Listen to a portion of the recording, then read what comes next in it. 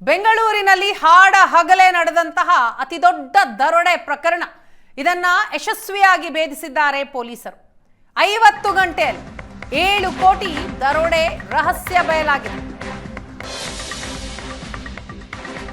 7 ಕೋಟಿ 11 ಲಕ್ಷದಲ್ಲಿ 5 ಕೋಟಿ 76 ಲಕ್ಷ ರಿಕವರಿ ಮಾಡಿದ್ದಾರೆ ಪೊಲೀಸರು। ಪೊಲೀಸ್ ಆಯುಕ್ತ ಸೀಮಂತ್ ಕುಮಾರ್ ಸಿಂಗ್ ಈ ಕುರಿತಾಗಿ ಸುದ್ದಿಗೋಷ್ಠಿಯಲ್ಲಿ ಮಾಹಿತಿಯನ್ನ ನೀಡಿದರು। ಕಾನ್ಸ್ಟೇಬಲ್ ಅಣ್ಣಪ್ಪನನ್ನು ಅರೆಸ್ಟ್ ಮಾಡಿದ್ದಾರೆ। ಅಷ್ಟೇ ಅಲ್ಲ, ಮಾಜಿ ನೌಕರ ಝೇವಿಯರ್, ಸಿಎಂಎಸ್ ಕ್ಯಾಬ್ ಮೇಲ್ವಿಚಾರಕ ಗೋಪಾಲ್ ಪ್ರಸಾದ್ನನ್ನು ಕೂಡ ಅರೆಸ್ಟ್ ಮಾಡಿದ್ದಾರೆ।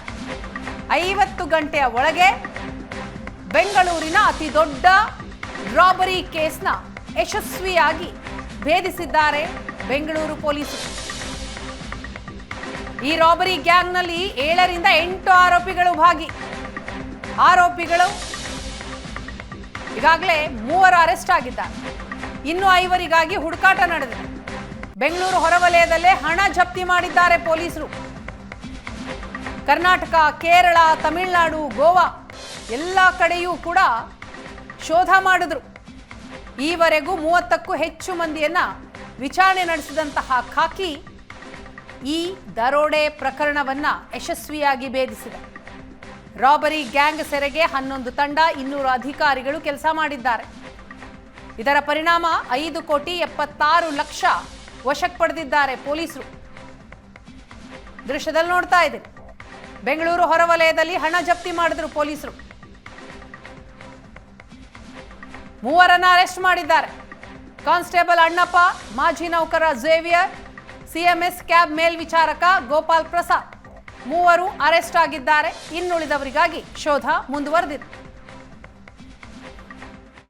ಬೆಂಗಳೂರಿನಲ್ಲಿ ನಡೆದಂತಹ ರಾಬರಿ ಪ್ರಕರಣಕ್ಕೆ ಸಂಬಂಧಪಟ್ಟಂತೆ ಇವಾಗ ಆಲ್ರೆಡಿ 3 ಅರೆಸ್ಟ್ ಮಾಡಿ ಅದರಲ್ಲಿ 5 ಕೋಟಿ 76 ಲಕ್ಷವನ್ನ ಹಣವನ್ನ ಒಂದು ಪೊಲೀಸರು ಜಪ್ತಿ ಮಾಡಿರುವಂತದ್ದು। ಇದೀಗ ಒಂದು ದೃಶ್ಯಗಳನ್ನ ಇದೀಗ ನಮ್ಮ ಕ್ಯಾಮ್ರಾ ಪರ್ಸನ್ ನವೀನ್ ಪೂಜಾರಿ ನಿಮಗೆ ವಿಜುವಲ್ಸ್ ಅಲ್ಲಿ ತೋರಿಸ್ತಿರುವಂತದ್ದು। ಇದೀಗ ನೀವು ಒಟ್ಟು ನೋಡ್ತಾ ಇದ್ದೀರಾ, ಒಟ್ಟು 5 ಕೋಟಿ 76 ಲಕ್ಷ ಹಣವನ್ನ ಪೊಲೀಸರೇನಿದ್ರೆ ಬೆಂಗಳೂರು ಪೊಲೀಸರು ಜಪ್ತಿಯನ್ನ ಮಾಡಿರುವಂತದ್ದು। ಅಂದ್ರೆ ಇದಕ್ಕೋಸ್ಕರ ಬೇರೆ ಬೇರೆ ಕಡೆ ತೆಲಂಗಾಣ, ತಮಿಳುನಾಡು, ಕೇರಳ, ಆಂಧ್ರ ಪ್ರದೇಶ ಸೇರಿದಂತೆ ಎಲ್ಲಾ ಕಡೆನೂ ಕೂಡ ತಂಡಗಳನ್ನ ಮಾಡಲಾಗಿತ್ತು। ಆರೋಪಿಗಳಿಗೋಸ್ಕರ ಹುಡುಕಾಟವನ್ನು ಕೂಡ ನಡೆಸಲಾಗಿತ್ತು। ಒಟ್ಟು 3 ಆರೋಪಿಗಳು, ಅದರಲ್ಲಿ ಝೇವಿಯರ್ ಮತ್ತೆ ಗೋಪಾಲ್ ಪ್ರಸಾದ್ ಮತ್ತೆ ಅಣ್ಣಪ್ಪ ನಾಯಕ, ಅಂದ್ರೆ ಗೋವಿಂದಪುರ ಪೊಲೀಸ್ ಠಾಣೆಯ ಒಂದು ಕ್ರೈಮ್ ಪಿಸಿ ಆಗಿರುವಂತಹ ಅಣ್ಣಪ್ಪ ನಾಯಕನನ್ನ ಕೂಡ ಒಂದು ಅರೆಸ್ಟ್ ಮಾಡಿರುವಂತದ್ದು। ಇದೀಗ ಒಂದು ಹಣದ ದೃಶ್ಯಗಳನ್ನ ಇದೀಗ ನೀವು ನೋಡ್ತಿರುವಂತದ್ದು। ಒಟ್ಟು 5 ಕೋಟಿ 76 ಲಕ್ಷ ಹಣ ವಿಜುವಲ್ಸ್ ಅಲ್ಲಿ ಇದೀಗ ನೀವು ನೋಡ್ತಾ ಇದ್ದೀರಾ। ಈ ಹಣವನ್ನ ಪೊಲೀಸರು ಜಪ್ತಿ ಮಾಡಿ ಇದೀಗ ಕಾರ್ಯಾಚರಣೆಯನ್ನ ಪೂರ್ಣ ಮಾಡಿರುವಂತದ್ದು। ಅಂದ್ರೆ ಇನ್ನೂ ಕೂಡ 7 ರಿಂದ 8 ಆರೋಪಿಗಳು ಒಟ್ಟು ಈ ಒಂದು ಪ್ರಕರಣದಲ್ಲಿ ಇದ್ದಾರೆ ಅನ್ನೋದ್ರ ಬಗ್ಗೆ ಮಾಹಿತಿ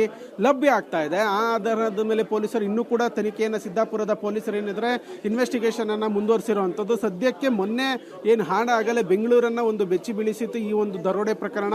ಆ ಒಂದು ದರೋಡೆ ಪ್ರಕರಣದಲ್ಲಿ ಒಟ್ಟು ಇದೀಗ ಪೊಲೀಸರು 5 ಕೋಟಿ 76 ಲಕ್ಷ ಹಣವನ್ನ ಒಂದು ಜಪ್ತಿ ಮಾಡಿದ್ದಾರೆ। ಜಪ್ತಿ ಮಾಡಿ ಇದೀಗ ಪೊಲೀಸರು ಎಲ್ಲ ಆಂಗಲ್ಗಳಲ್ಲೂ ಕೂಡ ಇನ್ವೆಸ್ಟಿಗೇಷನ್ ಅನ್ನ ಒಂದು ನಡೆಸ್ತಿರುವಂತದ್ದು। ಒಟ್ಟಾರೆಯಾಗಿ ಇನ್ನೂ ಸಾಕಷ್ಟು ಆರೋಪಿಗಳಿದ್ದಾರೆ ಅನ್ನೋದ್ರ ಬಗ್ಗೆ ಮಾಹಿತಿ ಲಭ್ಯ ಆಗ್ತಿರುವಂತದ್ದು। ತನಿಖೆಯನ್ನ ಒಂದು ಸಿದ್ದಾಪುರ ಪೊಲೀಸರು ಮುಂದುವರಿಸಿರುವಂತದ್ದು। ಕ್ಯಾಮರಾ ಪರ್ಸನ್ ನವೀನ್ ಪೂಜಾರಿ ಜೊತೆ ಚೇತನ್, ಏಷ್ಯಾನೆಟ್ ಸುವರ್ಣ ನ್ಯೂಸ್।